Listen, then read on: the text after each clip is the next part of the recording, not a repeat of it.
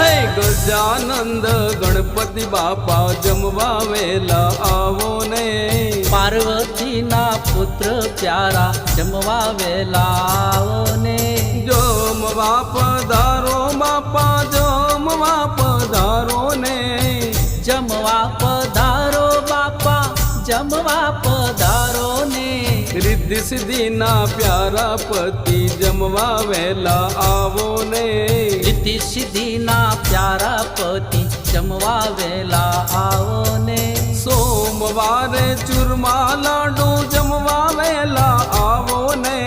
સાથે પીરસું શીરો પૂરી જમવા વેલા આવો ને,